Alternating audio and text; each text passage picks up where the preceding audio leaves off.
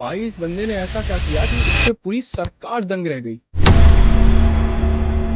हाँ गाइस, ये बात कुछ साल पहले की है जब हरियाणा में एक तोसाम हिसार नाम की एक रोड बनाई गई।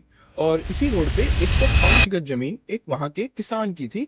और अक्सर जब भी गवर्नमेंट कोई पब्लिक इंफ्रास्ट्रक्चर बनाता है, तो अगर किसी भी व्यक्ति या किसान की जमीन के ऊपर से कोई भी इंफ्रास्ट्रक्चर निकलता है और बनाया जाता है, तो या तो उसको कंपनशिएट किया जाता है या तो उसकी जमीन को एक्वायर किया जाता है। पर इस जगह पर पीडब्ल्यूडी ने ऐसा कुछ भी नहीं किया। उस किसान का नाम तरुण जैन था और जब उसको ये बात पता चली वो तुरंत ही वहां के कलेक्टर के पास गया ये बात लेके। लेकिन कलेक्टर भी कुछ नहीं कर पाए क्योंकि ये जो पूरा मुद्दा था, उसकी जमीन पे रोड बन चुकी थी। लेकिन तरुण जैन ने हार नहीं मानी और वो पहुंच गया वहां के डिस्ट्रिक्ट कोर्ट में। और जब डिस्ट्रिक्ट कोर्ट में उसकी फाइल देखी गई, तो उसमें तो साफ साफ 300A का उल्लंघन किया गया था, जिससे उन्होंने ये आदेश दिया कि या तो पीडब्ल्यूडी उनकी जमीन को कंपनशिएट करे या तो उनकी जमीन को एक्वायर करे।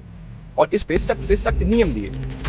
लेकिन पीडब्ल्यूडी ने उस किसान को 6 महीने तक सिर्फ घुमाया, चक्कर लगवाए, लेकिन कुछ भी कार्रवाई नहीं करी।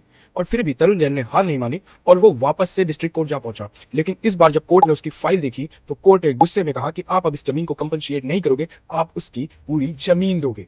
और ये जब लीगल पेपर्स उस किसान बोले तो तरुण जैन के पास आए, तो उसने अगले ही दिन मिस्त्री बुला के उस रोड के ऊपर अपना घर बनवाना चालू कर दिया, जिससे बगली में एसडीएम का ऑफिस था, जिसका गेट तो बंद हुआ ही हुआ, साथ में पूरा हाईवे ब्लॉक हो गया, जिसकी वजह से वहां की पुलिस भी उसका कुछ नहीं कर पाई क्योंकि उसके पास लीगल पेपर्स थे।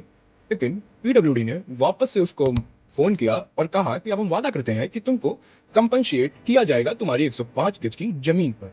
तो गाइस, इसे कहते हैं एक लीगल फाइट